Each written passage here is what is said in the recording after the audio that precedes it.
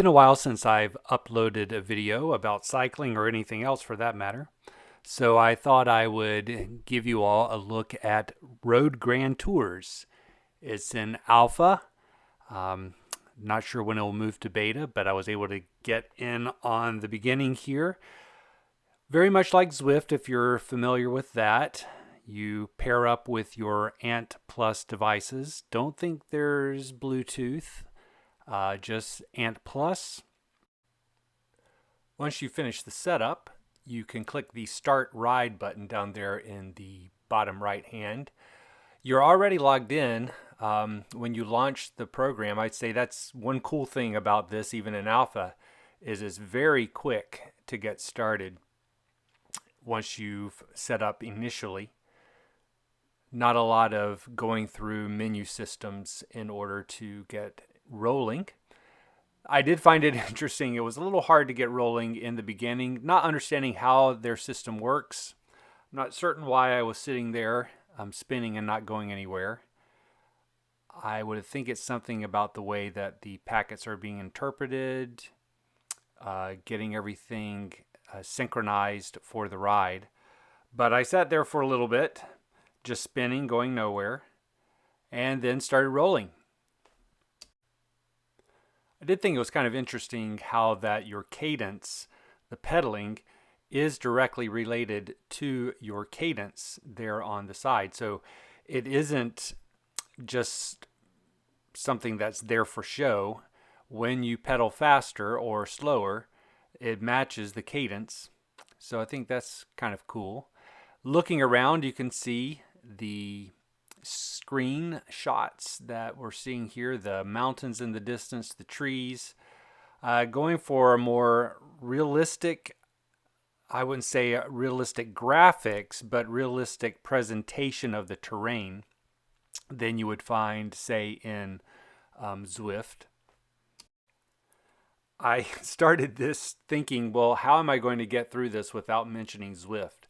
And the point is, I can't, because Zwift is the beginning of this type of gameplay, virtual riding.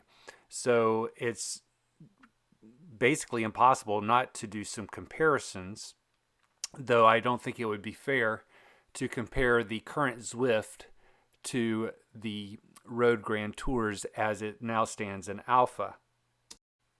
On the other hand, this is an alpha product. So this is the very beginning. If you are going to sign up to be a participant in the alpha program, you need to keep that in mind, because if you're going to expect it to be working right out of the box, everything going perfectly, then you're missing the point of what the alpha is. This is where you're going to have the largest number of bugs. Each iteration of the program that is released is going to be different. Sometimes there'll be improvements. Sometimes you're going to go backward. So keep that in mind, and I wouldn't judge the concept of what Road Grand Tours is based on even this video.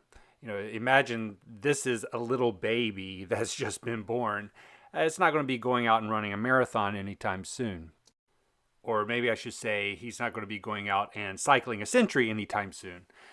Okay, this is not a problem with the program. It's just simply that to climb this 14-kilometer stretch of road, it would take me over an hour, and I don't want us to be sitting here with me talking for over an hour. So I've sped it up. This is, I think, like 8 times speed.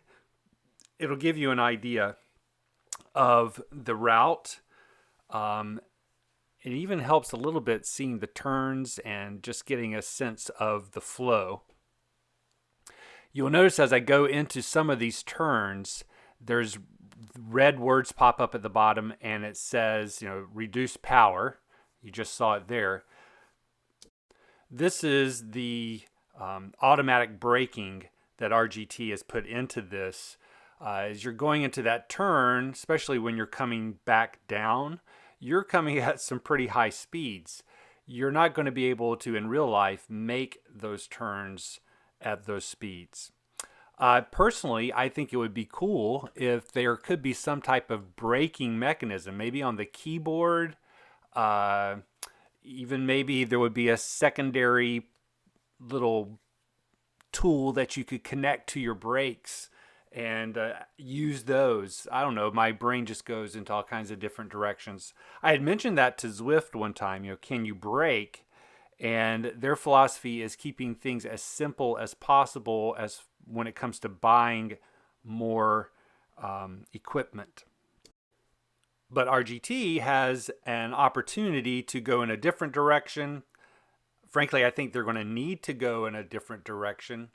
They've indicated that one of those directions is focusing more on realistic courses, hence road grand tours. You get the sense they're looking to bring real courses to life on the computer screen. So taking kind of the Zwift virtual world, but making it where you're riding on courses that the pros are riding on. And I think that has some intriguing aspects to it. On the other hand, as you can see, this is like riding up a mountain road, and there's not much to see. It's just making one turn after another turn. If they are going to take that approach, there's going to have to be some things that happen to make it interesting. Obviously, one of the things that would make it interesting is having more riders participate. And that can happen as they grow, as their program gets better. On the other hand, if they're not going to have visual cues that make it more interesting in the terrain and the course and the surroundings, if they're not going to have that, then they need to be putting in a lot more carrots, things that give you information about your ride that allow you to be distracted. And that's, again, going back to Zwift, that's one of the great things about Zwift is they do help you be distracted. Just seeing Scotty on top of a building or running across the road, that's a distraction. It's something that helps you get through some of the pain. And let me tell you, there is pain climbing this mountain. I'm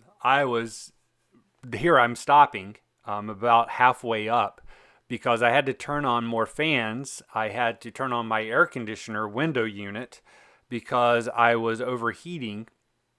This was really tough. In this initial ride that I took on this particular release of the program, I think the trainer had to automatically be set at 100% resistance. And I have a Wahoo kicker because you could see if you look back, maybe you can rewind, you can notice that my cadence was pretty low. And that wasn't because I was just taking it easy. It was that hard to get the pedals turned. Well, here I ran into the same situation as before. I stopped, started pedaling again, didn't move. Finally, I came to a finish and I completely stopped pedaling, then started pedaling again, and that started me up. So again, I'm not sure why that happens. Maybe the guys at RGT will see this video and that will kind of help them figure out what needs to be done to resolve that particular issue. What you can't see in this is what I'm thinking, what's going through my mind. And to be honest, in the very beginning, I was really focused on looking around, seeing what was there, looking at the data that was being given to me. By the way, the data there with my heart rate, I do wish that when I was climbing, I had a heart rate of around 55 beats per minute, but that's not so. In this particular release of the program, there was a glitch there with the heart rate. That did get resolved in a second release, at least a second release since I've been participating in the program, and the heart rate is now working well for me. But going back to what I was thinking about that data, those types of things. Toward the middle, right there at that 7 kilometer section, To be honest with you, I was kind of getting a little bored because, again, I'm just sitting there struggling. It was more like I was just doing a trainer ride. There was nothing that was engaging me to really take my mind off of the pain and off of the monotony of pedaling. And that's not necessarily the fault of the program. I mean, there's been many times I've gone up a long climb or have been riding on a long stretch of road and I've been bored. There's not that much to get me interested. So it isn't, maybe that's where it is even more realistic is you are riding on the road. I really am looking forward to seeing some more people out here. I know there's a group ride today as a Saturday. It's October 15th. And tomorrow, October 16th, there will be a group ride in the morning. I think it's 8 o'clock British time, London time. But I won't be able to make that. I have other obligations. So I will be interested in hearing from those guys what they think riding together. Other thing in saying that, I hope they have the most recent release going a little better by then. Maybe a new release out before that Sunday morning ride, because I did get on last night, and that was after putting up the latest release, installing the latest release, and I couldn't. I just simply had to stop after a few minutes of trying to get things to work. And I'm not saying that to put down the developers. It's just simply that is the nature of an alpha. You're going to get some that work. You're going to get some where, oops, they missed it. Because I even made a change from one power meter to another, a different bike frame to another bike frame with a cadence sensor, when before I was using the power meter as the cadence. So it could even be the difference between one trainer or one power meter to another power meter. And so these guys are having to take all of that data and find out, and all of those different devices, and making it work seamlessly as they're receiving those little packets from the hardware. So I'm, again, not saying that to put down the RGT folks. Amazingly, I think, especially that this ride that you're seeing here, it's a great start. I really do think they're off to a great start with this idea. And if I were to be able to log in and choose from multiple Tour de France type courses and ride those, you bet I would log in. I would give it a try, even if I was by myself. But add in the components of other people, and I think it will be even better. Let's take a look at the screen. Down in the bottom left-hand corner, you will see my name, Jonathan P. That bar that goes across isn't just there to give some background or highlight for the numbers. It should be a listing of who is riding. So as people are in front of me or behind me, they would appear, their names would appear along with the flag going horizontally across the screen, kind of like a ticker down below. And so you would see those people and how far ahead or behind they are. And I believe it's not in time, it's in distance. So you would see those names. Later in this video, you will actually see someone pop up down there.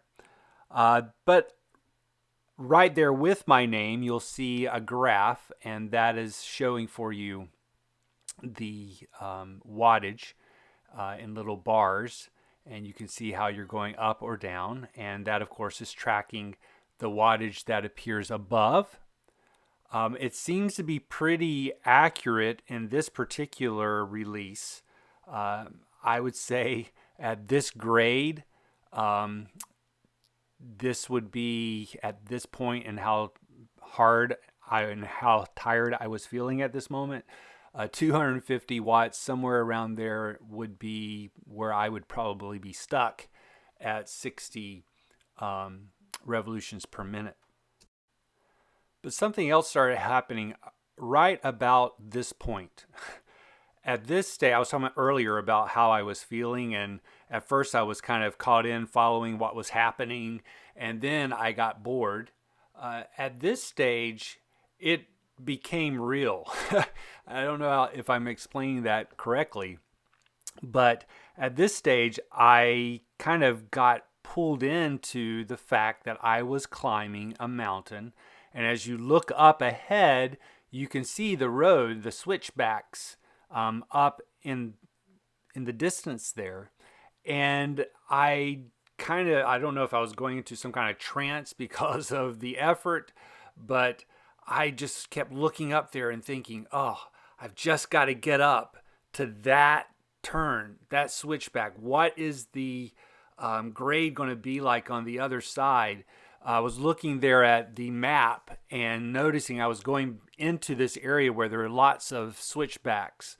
By the way, in that map where it shows you where you're going up to the pass, there's a little red dot that you'll see going into those final switchbacks. That shows you where I am. But as I was going up, I was immersed at that point. I didn't need to have visual cues. It was just me and the bicycle and the objective of making it to the top of this thing without dying. I had some communication with the folks. Oh, by the way, there you go. Alex S. There's someone on the course with me. Turns out Alex is overseeing this project. He may have seen that I was on and just popped on to see how I was doing. And it was interesting having a chat conversation with him as I was riding. When I finished and I uploaded my data or finished the race, and I'll show you how that happens. When I was done with that, only my downhill portion got into Strava. So I wasn't able to track and see, okay, how was my effort? Well, I had made contact with the guys at RGT, and they were very quick in their response. They carried on a conversation with me as they were asking me questions, and I was able to give them information. So I was happy with the way they participated in helping me. They got me the data that I was looking for, so I was able to upload that to Strava. So if you go to my Strava account, you can see this particular ride and the effort and the data that was created from it. So with all of that being said, they mentioned that I was one of the few people who did climb all the way to the top. That a lot of people who have participated in the Alpha program have only gone about halfway up, turned around, and come back. I'd like to talk a little bit about the automatic braking. I think that's something they're going to have to work on because it happens at odd places. In places where you, in real life, wouldn't be braking. Okay, you're on a incline, you're climbing. You can't have that much speed going into the turn, and yet you still have this automatic reduced power, reduced braking. And the way it works, and you may have seen that in some of the turns, is it automatically begins to slow you down. And when you feel that happen, the power releases, the resistance releases on your trainer. So your cadence is going to go up at that point. Once you get through the turn, I guess it's like you're coasting. So here, I'm reducing power. And you notice there I almost come to a stop, but my pedaling continues to be higher.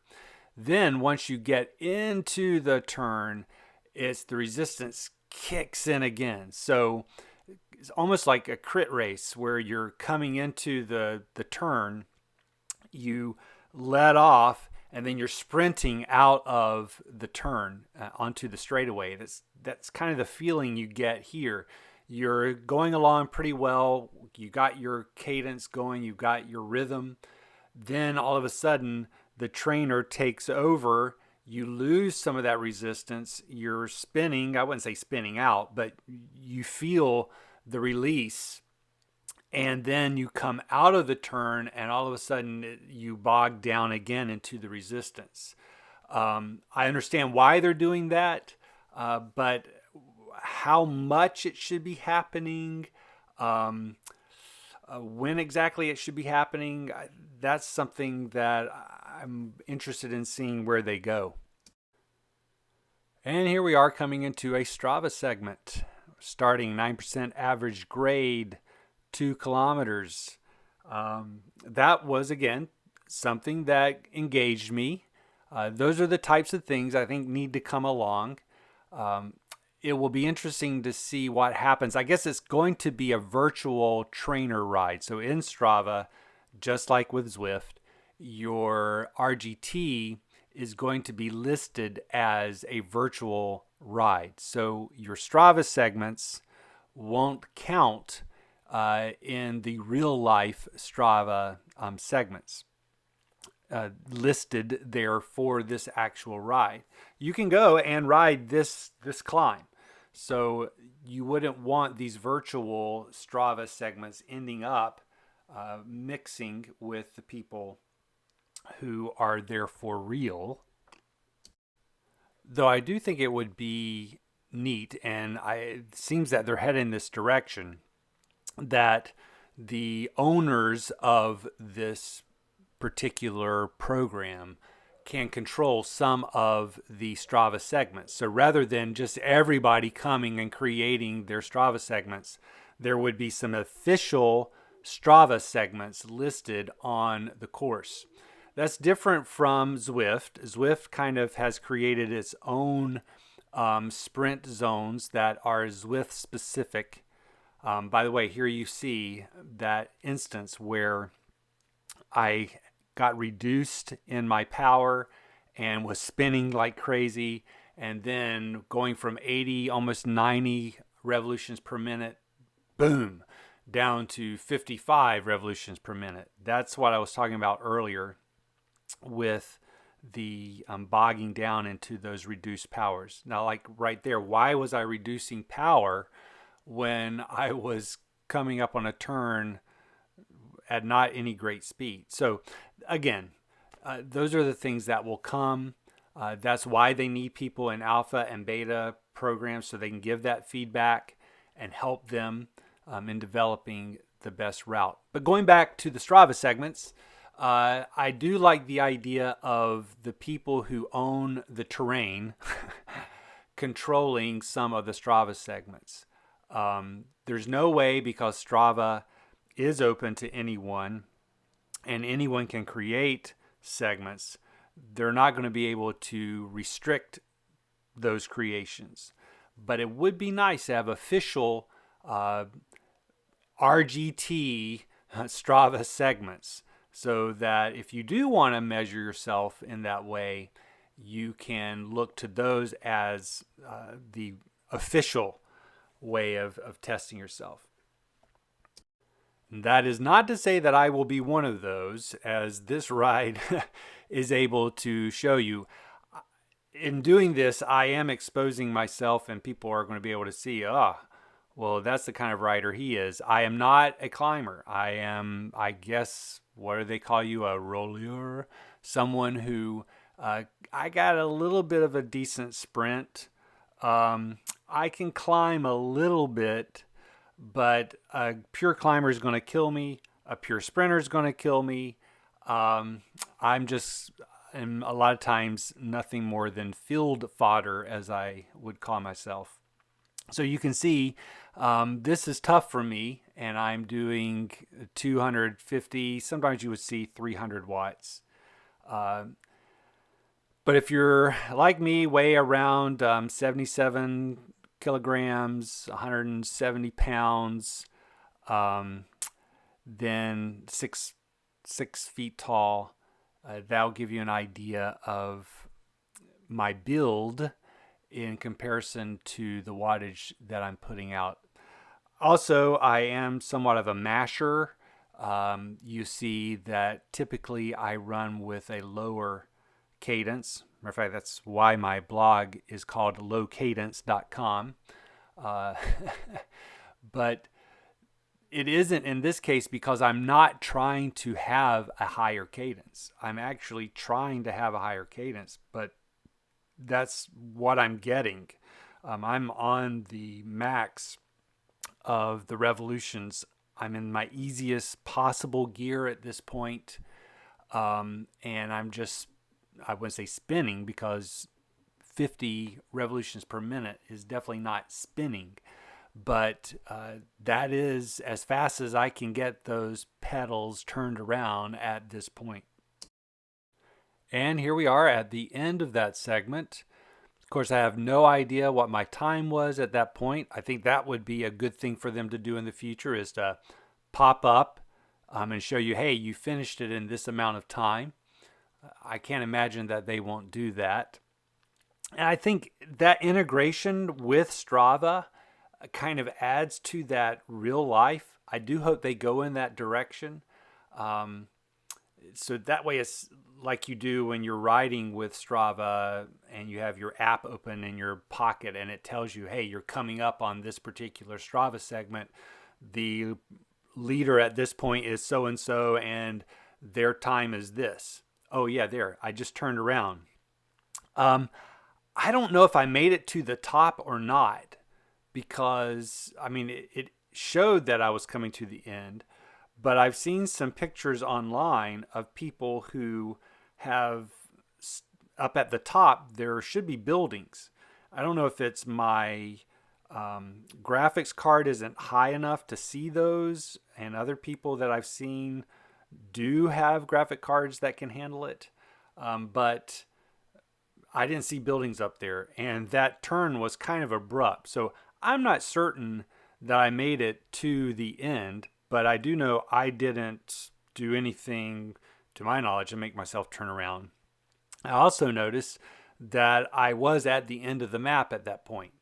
So that is one reason for me to go climbing up this thing again to see, hey, did I actually make it there or not? But now we're on the descent. And here, especially watching, it gives me an opportunity to see more of the terrain, not just looking down at my stem, but actually looking out around to see what it looks like. Alex came right through me. Again, another one of those things where you're learning with the alpha. And there I go back through him. And that's supposed to change. I think in the most recent release, that was corrected. But I was trying to ride with him, was spinning on my trainer as hard as I could. And it's hard to get up there. So I'm not sure if he's coasting or if he's pedaling, but he was outdistancing me, and I was going pretty hard. There you see 102 revolutions per minute, but only producing 200 watts at max. And I was like, I gotta have to catch him. I want to catch him, and was having to work really hard. Funny thing too, the visuals of going around these turns. It's almost like you're laying down. But I do like it does have a, especially looking at Alex there ahead of me, other than those really laying it down around the turns, it does have a real look to it. You could imagine that he was up there ahead of me.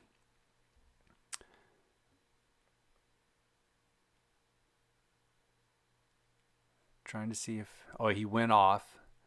And again, I think that was part of him just being there to see what was happening. He'll come on later, and we had a nice little chat and using the chat feature. I was asking, hey, Alex, are you out there? I don't know much about the company behind this or the people behind this. I tried to find out something. The website doesn't give you a lot of information. Facebook doesn't give you a lot of information. I think I've tracked it down that it's potentially a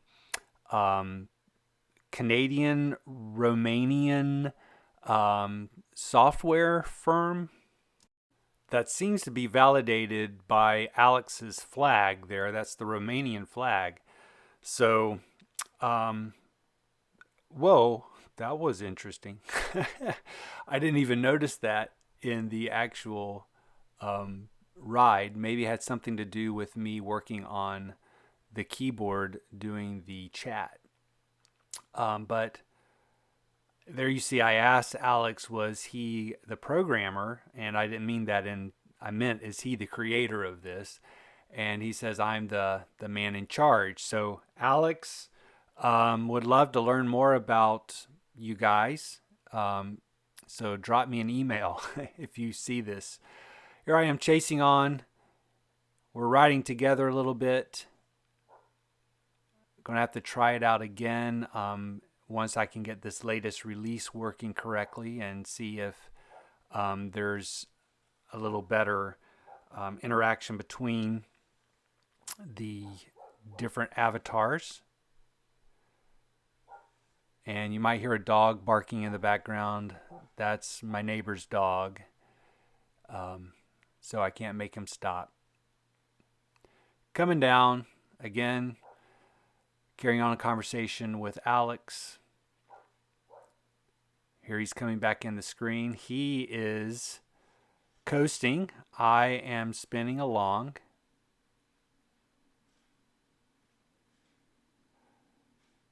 Asking him how I could help with the test. Of course, the best way to help with the test is to get on it and use it.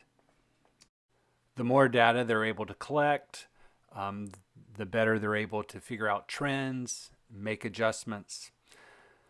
Coming into the tree line, now we're back in the trees, off from the top. Again, if you stayed with me for this long, you're getting the impression this is what it's like. Not a lot of visual cues. One turn could be another turn. But again, that's what would be happening if you were on this road. So to me, it's going to come down to how many of these different experiences are they going to be able to put up here. To be honest, if it was just this route and I had to go do this route over and over again, even if there were other people on it, I don't know how long I could stay with it. But if they're able to bring to my computer any number of real life climbs, race courses, then I would be here. I would be trying out the different ones and, where do I want to go ride today? And again, that means that I come and once again compare it to Zwift. And Zwift really is, well, they're the only game in town when it comes to this type of virtual racing. I know there are others that use real video. Yes, the idea of riding your trainer with resistance being driven by the computer is not just a Zwift thing, but the, as we say, gamification of this type of effort exercise. Zwift really owns that space, and they've done an excellent job with that. Maybe not doing it exactly the way I would do it, but they've done an awesome job with it and understanding that social connection along with the program and the hardware. They've just really done an awesome job.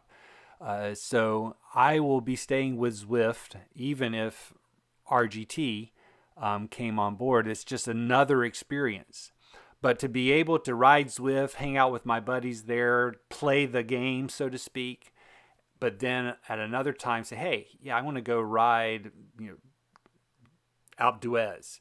And I'm able to log in on RGT and do that and get that realistic experience, then I'd do it.